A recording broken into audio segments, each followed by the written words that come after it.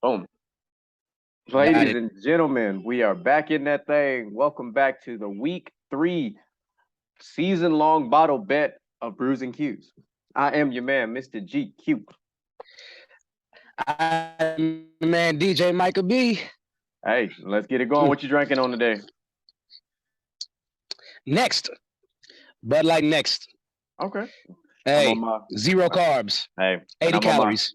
Cayman Jack Paloma thing. I've been on this Paloma thing all week since the podcast, so I guess everything is Palomas for me. Bruh. I'm gonna go find some Paloma today. I ain't playing. That shit was good. Look, he said you're going to brunch today. Get you a couple of Palomas and watch what I'm talking about. I'm telling you, Palomas they hit different.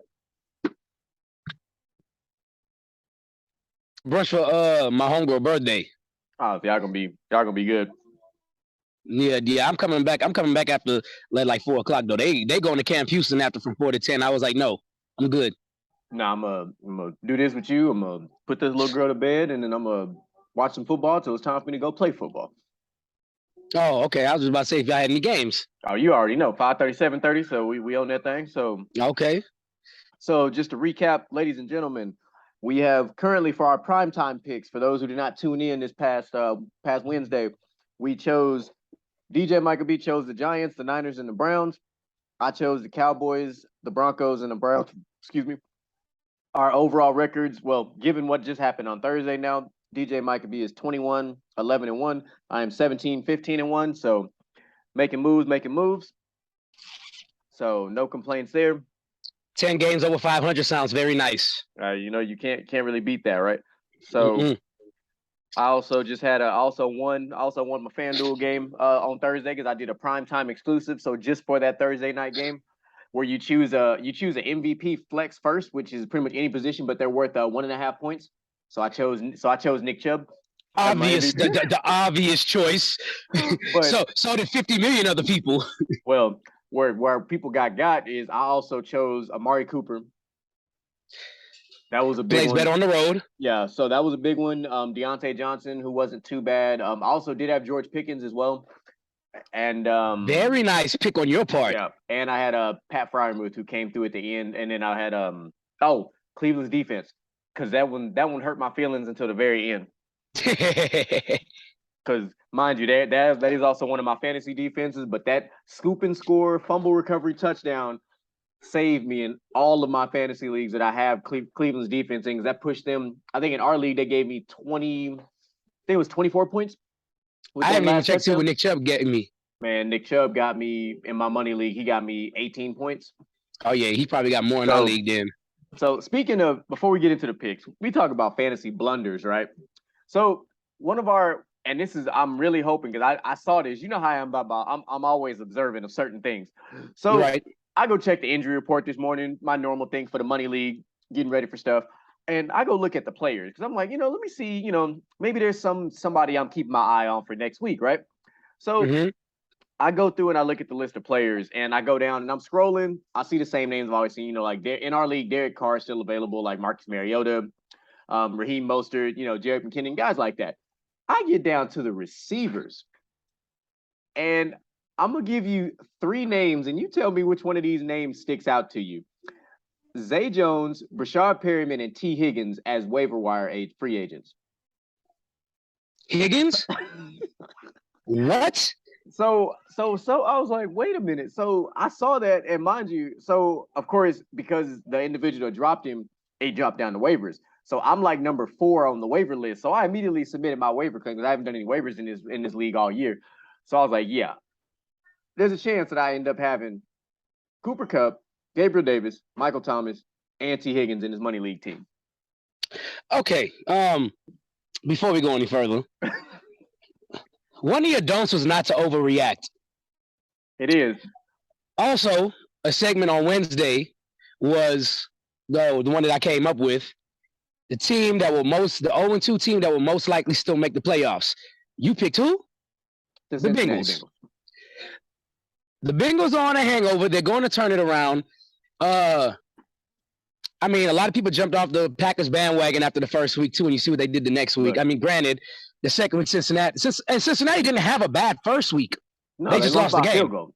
No, and I have Aaron Rodgers in my money league, my backup quarterback. So of course I'm not panicking. So Higgins will turn it around. He'll eventually turn it around. They'll get back on the same page. So in the defense of the individual that dropped T. Higgins, I won't disclose the information of anything about the individual because I just thought it was funny.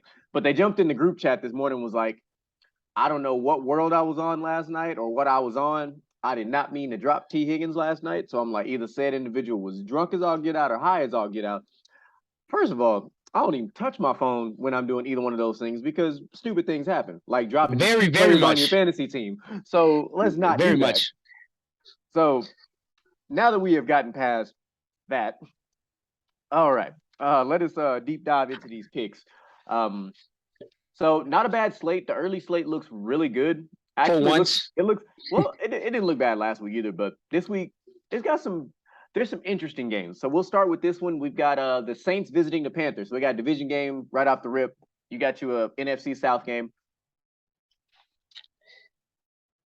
So the Saints are coming off of a tough loss.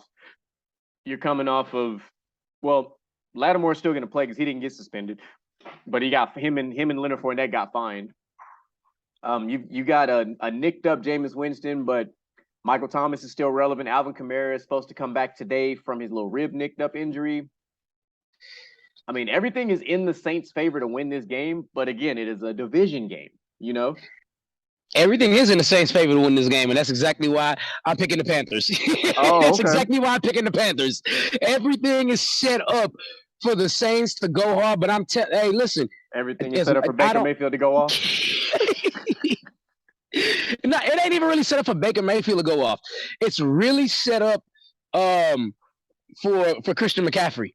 And the reason why I say it's set up for Christian McCaffrey, I do think if you got Christian McCaffrey in your league, you better start him this week. He's going to get all the touches, and I think he's going to break for a couple of long ones. Even though the Saints defense is very good, they are, but they've shown a vulnerability to extremely mobile individuals because even Marcus Mariota gave them fits. Yes, when they played Atlanta, so it's not impossible what you're saying. And let's not also forget Baker is not a standstill quarterback. Baker can actually move. He moving. He ain't moving that fast now. Let's not act like but I mean, he's not. I mean, Marcus Mariota ain't a blazer either, but he still gave him the fits. Actually, Marcus Mariota still runs a 4.5, so don't get it twisted. Man, bro, you know very well as much as I know. When Marcus Mariota got that ball in his hands, he's not taking off fast. He ain't got to. He get moving, but I'm taking the Saints in this game personally, just because I think the Saints all have better offensive weapons and they'll be able to put up the points they need. I do think this game I think this will go down as one of the closest games all weekend. This is a 24-17 type of game for me. I don't see it going much further than that. I even could see the argument where this could be a 17-14 type of game. Because the two defenses can cancel each other out real easy. And that's what I was about to say too. And I think people, you remember how I said it before. I still think people underrate the Panthers defense just because they were on the field so much last year. Mm-hmm. But when you look at yards per possession and things like that, you're like, oh, well, when the offense limited them being on the field, they were really freaking good in games. Yeah. When they didn't have to be on the field forever. But at the same time, you know that we're dealing with a Baker Mayfield, a Jameis Winston. They're both going to throw an interception. Right. So and I am going to say Baker's going to throw one less. I think Jameis is going to throw two. Okay. So for hopefully one is a pick six, because the only way the Panthers can win this game is if the defense scores. So for a cheap small bottle bet, I want to play an over under with this one. Okay. Over under on total interceptions 3.5. This is combined, not individual, combined. Like both teams. I'm thinking you probably should have said it at 2.5 because I think only 3 interceptions are going to get thrown. So maybe you should have put it at 2.5 instead. But if you put it at 3.5, if you put it at 3.5, I'm going under. Okay. Yeah. If you put it at 3.5, I'm going under for shit sure. All right. So I'm gonna write this down. So Baker's pretty much been taking care of the well. He hasn't seen a defense like this. So you're taking the under. I'm gonna take the over. I think 4 interceptions will be thrown in. 2 apiece. Either 2 apiece or 3-1 or 4 by 1. Yeah, or 4 by Because let's be serious. They're both more than capable of throwing 4 in one game. I think they both have thrown 4. I know Jameis got a couple of 4 interception games Bro, under his belt. you don't go 30 and 30 without throwing 4 interceptions in a game. At least once, right? All right, so moving down to another, I'm going to call it seemingly intriguing matchup, and you got the Texans visiting the Chicago Bears. You got Lovie Smith going back to visiting his old team. You got that Texans defense playing similar to this Carolina team. Like, their record doesn't speak for how good their defense actually is. Yeah, their defense has been fucking amazing. The Bears, their offense has been anemic at best, despite the weapons they have, but their defense hasn't been bad. I do know that Roquan Smith is banged up. He's still supposed to play, but he has a hip injury. So I benched him as far as our defensive player, because I don't deal with defensive players and their hips, because you need your hips for everything. So yeah, your hips got to turn. But I'm gonna take the Bears at home. Strictly, if this game was flipped and they were in Houston, I think I would actually lean towards Houston just because the defense will do just enough. But I'm gonna take the Bears at home. I think Justin Fields and David Montgomery will make just enough plays to pull this game off.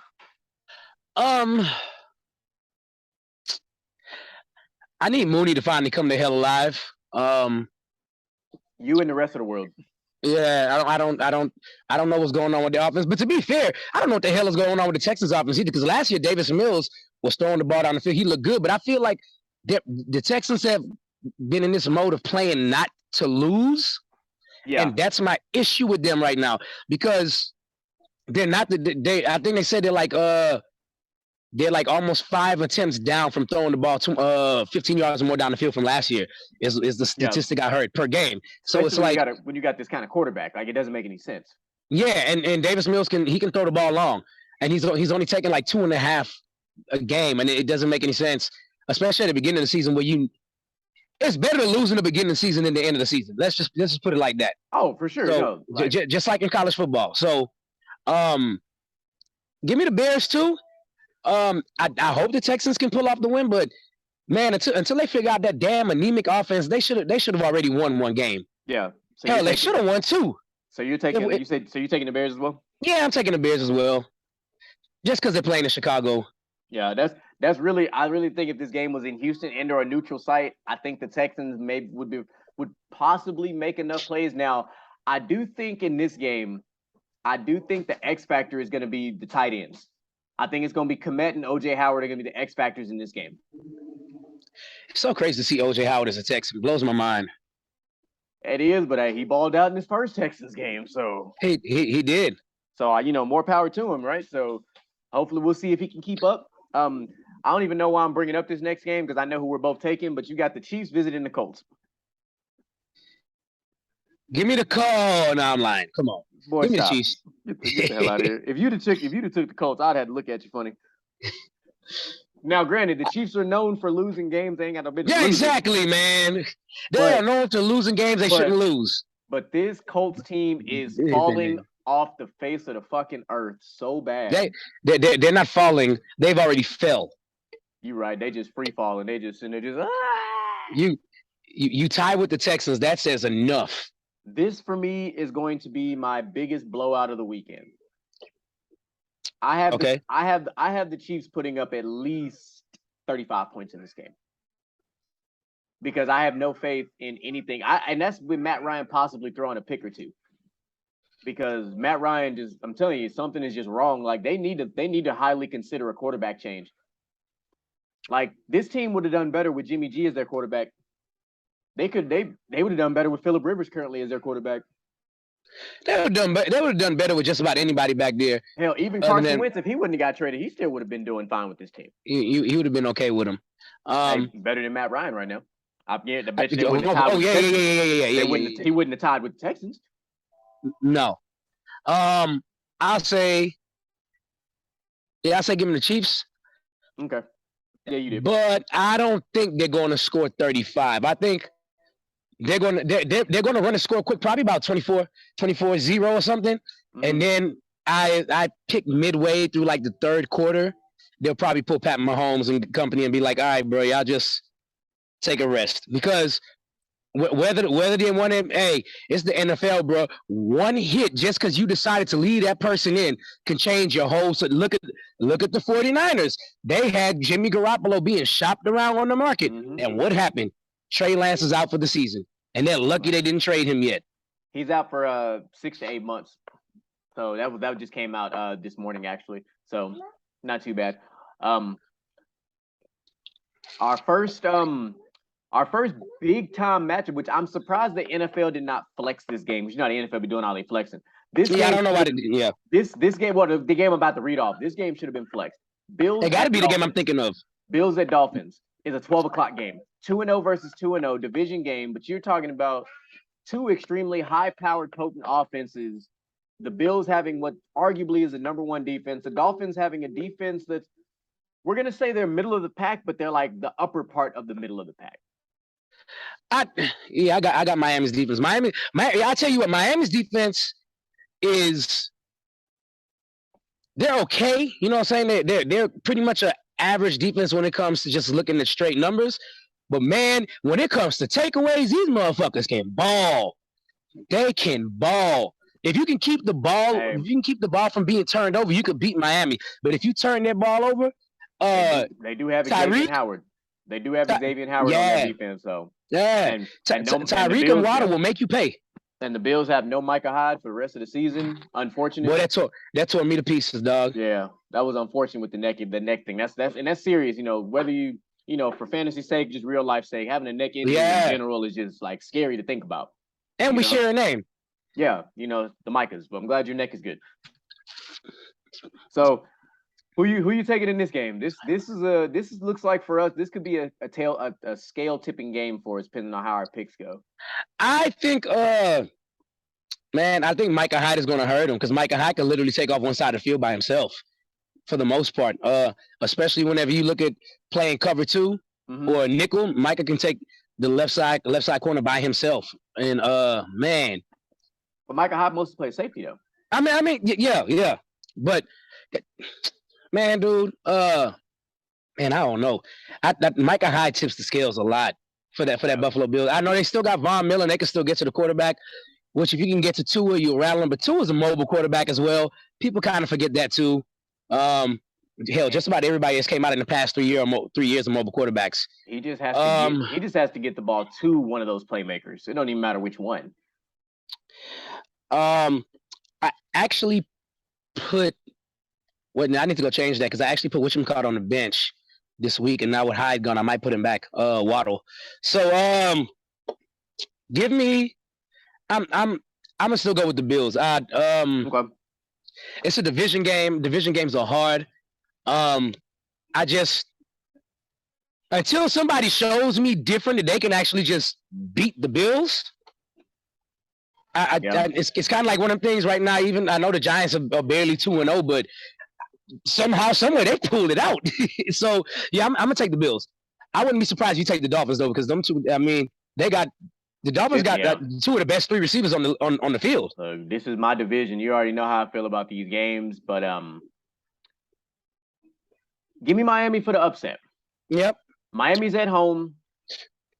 I don't see the Buffalo Bills secondary having an answer for both speed threats. You can only take away one. And the other one's gonna go off. I also think the Dolphins have the edge in the running game because of Raheem Mostert and Chase Edmonds will beat you in the passing game as well as the running game. Tight ends, in my mind, Mike Gesicki and Dawson Knox cancel each other out. Yep. So it's going to come down to, can the Dolphins take the ball away from Josh Allen? Josh Allen is known to throw a pick or two in games like this. So I'm going to take Miami for this game. As you should, especially with Howard on that side of the ball. Josh Allen's going to give a one pick to Howard. I promise you. He's going to force feed Stephon Diggs at some point. And I know last week they picked on the rookie. There's no rookie. There's no rookie to pick on this week. So thank goodness my man Gabriel Davis is supposed to play today because I sure need to start him in fantasy because I needs him. So that'll be the move. Moving down the line, another really good division game. Like we have some really good division games weekend, but the Detroit Lions visiting the Minnesota Vikings. I really like this Detroit Lions team. Like I love them, man. I really They're great. They are like they their offense, I think their offense is legit. You can't score 65 points. Excuse me. Yeah, no, 67 points, excuse me, in 2 weeks and not be like, okay, that's not really it was flukish for them to score 35 against Philly, but then you followed it up and dropped another 30 piece. Like you don't just stumble into scoring 30 points in 2 games. Like you just No, don't. you don't. That's not that's not to me, that's not flukish in my book. You have an emerging receiver in Amon-Ra St. Brown who is just a dog. What time is this game? This is another 12 o'clock game. Give me Minnesota. You know exactly why I asked it. You know exactly why I asked it. Hey, you can sit here and convince me all you want to with Detroit. Detroit is legit. I like them. Oh my God, but it ain't prime time, baby. It ain't prime time.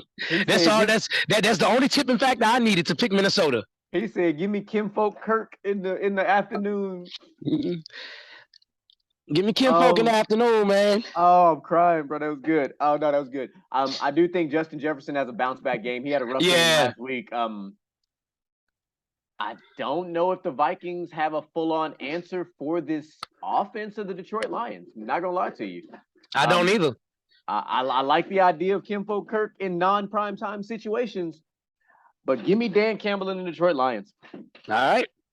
I like Dan Campbell too. Dan Campbell's a hell of a coach. Until the Lions look like the old Lions, I'm gonna keep rooting for them. But I'm gonna root for them. I'm gonna root for them too. But they're never gonna look like the old Lions. They're too well coached with Dan Campbell, and I keep forgetting the offensive coordinator's name. Oh, I don't know. I know who you're talking about. I can't remember it off the top of my head though. But they are too. They're very, very well coached, and goddamn, everybody keeps calling me. I sent a snap on there. I sent a snap about us doing Brews and Q's, and my mom was reaching out to me and stuff. So I see you, baby. I was like, But this Lions team is not the Lion teams of the past.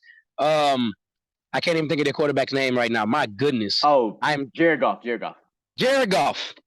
Mind you, Jared Goff is not the best quarterback ever, but on the flip side, Jared Goff did quarterback a team to the Super Bowl and almost won said Super Bowl. Also, not to mention, was the quarterback of the highest scoring offense that particular year. Like, this is the greatest show on turf 2.0. Like, let's not pretend like this was a big deal.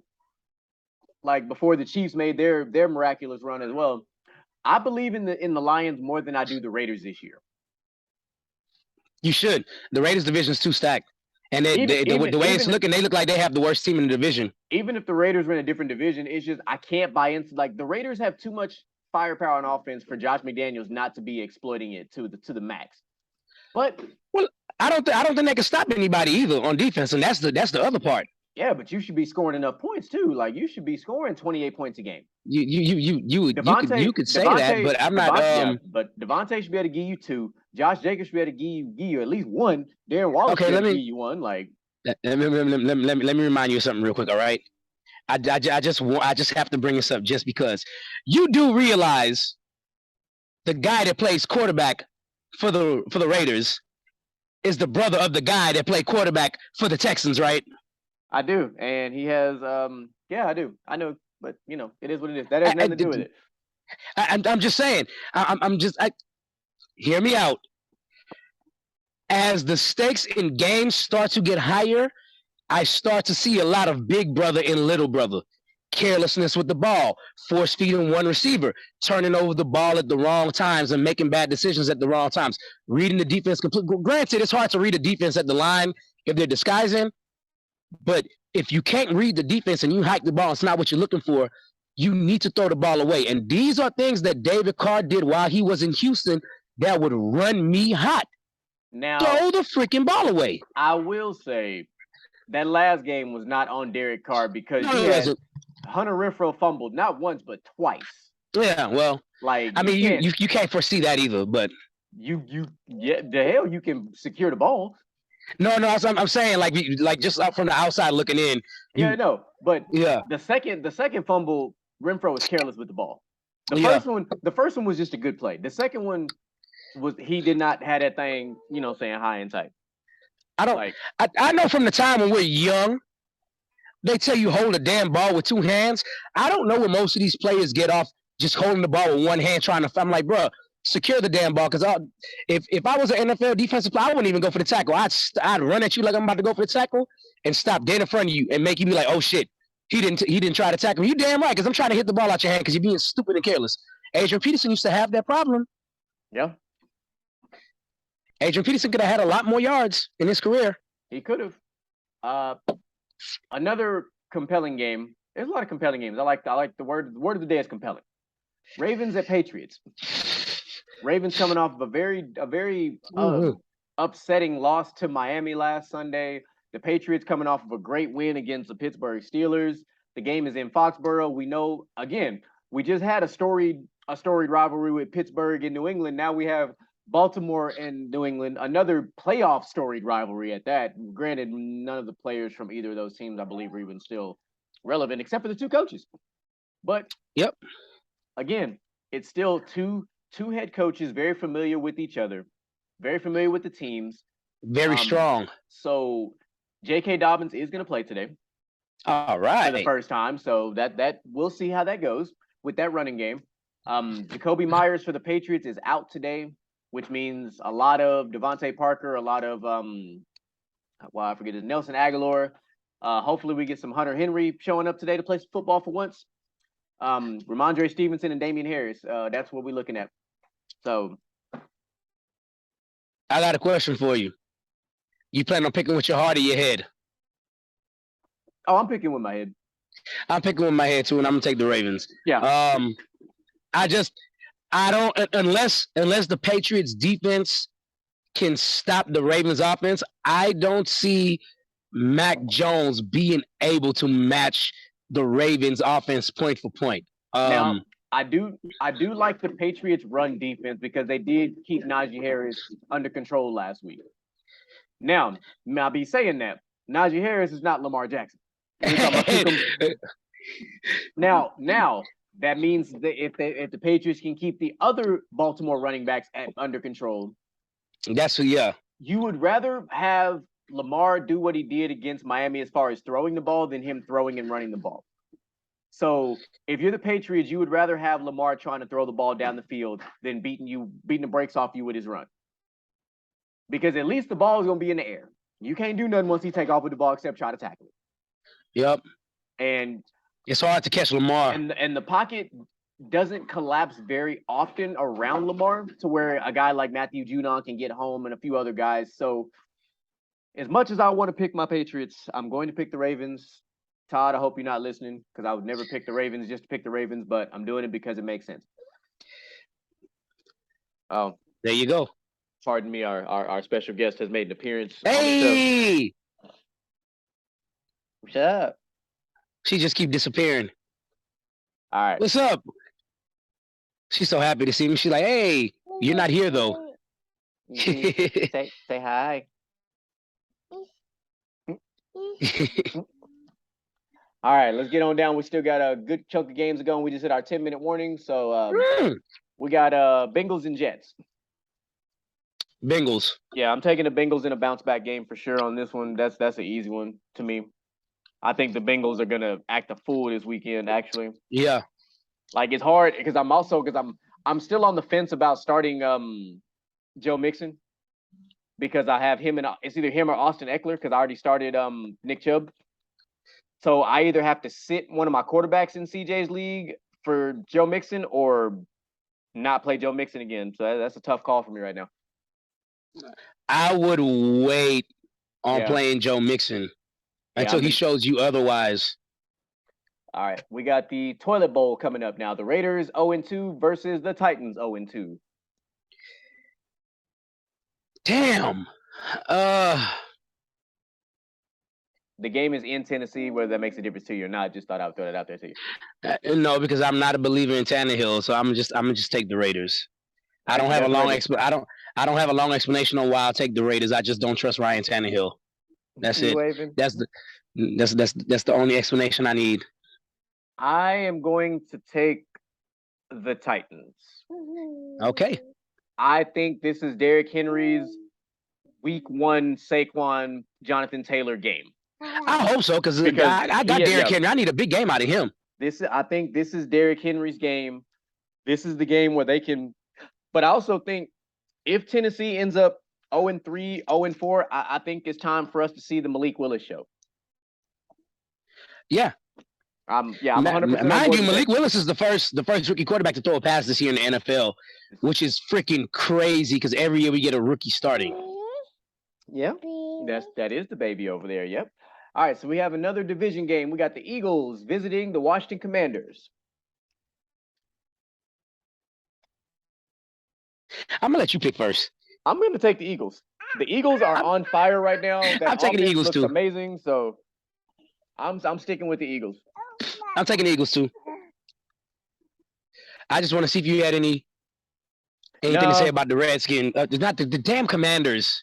Now look, I like what the Commanders are doing offensively. I think they have great weapons. They also have Carson Wentz. At some point, Carson Wentz is not going to throw like he's throwing because eventually he's going to be the Ryan Fitzpatrick of his generation like he is. He's going to have his tragic games where he's going to throw some turnovers and hold on to the ball too long, get sacked and fumble. Damn Carson Wentz. Where's Taylor Heineke? I'm tired of seeing Carson Wentz.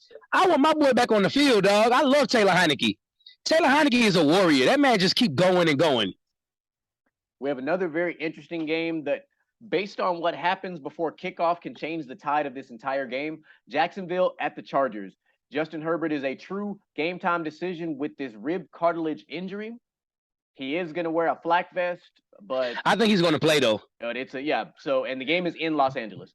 I think he's going to play, but I don't think he's going to make it through the whole game. Fair enough. That's what I'm most worried about. People are going to call me crazy for this, but I don't care. Give me Jacksonville.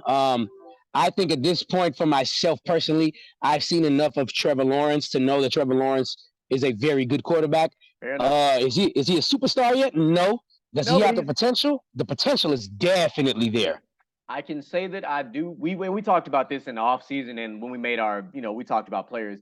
He is an emerging star. Yeah, he reminds me kind of Josh Allen his first 2 years. Because unlike most of our professional analysts, I'm not going to sit there and dub this guy everybody a superstar. Like, no, but is he an ascending star? Yeah. Because now, he is. And it's because of, like we talked about, it's because of Doug Peterson being into the fold. It changes everything. Doug Peterson was a quarterback. He brought the best of Carson Wentz. He's going to bring the best of Trevor Lawrence. Now by the end of the year, we're going to see if the best of Trevor Lawrence is better than anything Carson Wentz ever put on tape. Ooh, that's a good one. I didn't think of that. Yeah, So there you go. So I'm taking the Chargers. This is Austin Eckler's blow-up game. Doesn't matter what happens with the quarterback situation. Austin Eckler is still there.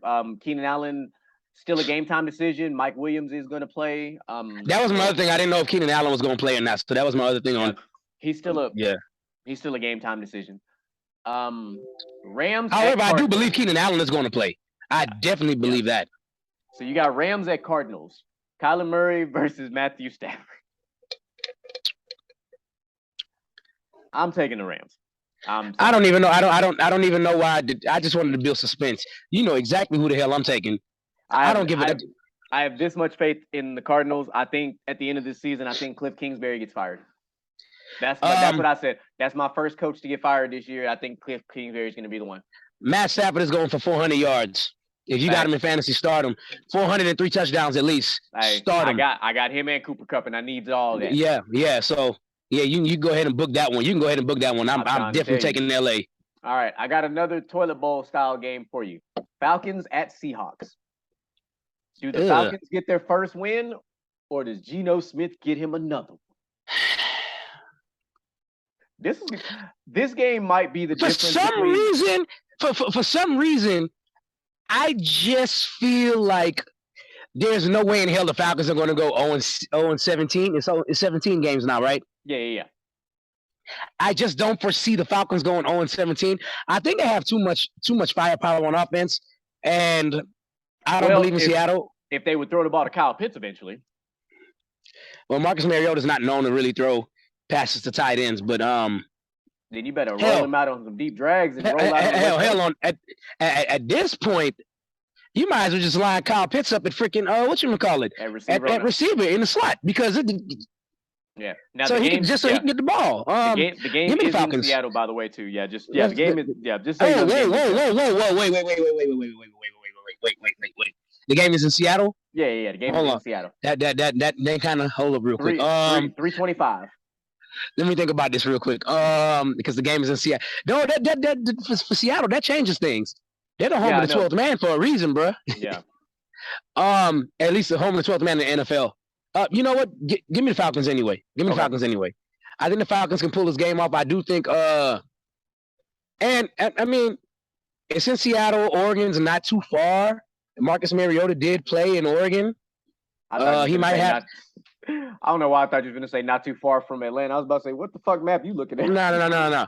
I'm pretty sure Mariota is going to have some old classmates or friends and stuff that'll come out to the game. Because I think it's like a 5.5 hour drive or something. It's not too far. So yeah, it ain't too bad. Yeah, I think Marcus Mariota is going to show out because it's as close of a homecoming as he can have for college. So give me Seattle. This is going to be. We have a whole bunch of different picks this week. This is going to be one of the very few games that DK Metcalf blows up in. I do not think they have an answer for DK Metcalf. I like that the Seahawks are also going to utilize the rookie running back as well as Rashad Penny. So this is going to be an interesting game. But I think the Seahawks win a close one. I'm thinking 21, I'm thinking maybe 21-17 type of close game situation. Yeah. We have 2 more games to pick and a minute 40 to go. We'll save the best for last. We'll save the best for last. So we're gonna. Oh, actually, we already picked Sunday night game. Never mind. We have 1 game left. Packers at Bucks, 325 game. This is our last game. We already picked the primetime game for this game. Fuck y'all! I can't pick this game. You can't pick it. I can't pick it. I've been back and forth all week. I don't. Mike Evans isn't playing, so it's kind of like a. Well, I'm gonna pick it for you. I'm taking the Bucks because 1, the game is in Tampa. 2, the defense of Tampa Bay is the best, if not the second best, right behind the Buffalo Bills. And Aaron Rodgers, last time they played Tampa Bay, got his ass handed to him multiple times on some interceptions. I do not trust the receivers that the Packers have against the defensive secondary and linebackers that the Tampa Bay Buccaneers have. That is my argument. I am going to pick the GOAT. I'm going to pick the GOAT. I'm going to roll with Tampa Bay. And the reason why I'm going to go with Tampa Bay is because they can load the box up and stop Aaron Jones. They have the weapons to load the box and stop Aaron Jones, especially Devin White in that backfield. My goodness. And I expect Devin White to have a very big game. I got him in fantasy. He's starting, so I expect him to have a big game. Also, if you look at the head-to-head matchup between Tom Brady and Aaron Rodgers, Tom Brady dominates every other freaking superstar quarterback ever in head-to-head matchups that he goes against. Yep. Except in the Super Bowl against the Giants. Just have to get that jab in real quick. You good. But we got that less than a minute timer, so we probably get kicked out of here real soon. So, Brews and Qs, we appreciate y'all for hanging out with us, making our week 3 picks. We're going to check out how these records are and tune into us on Wednesday for the next episode of Gentlemen's Talk.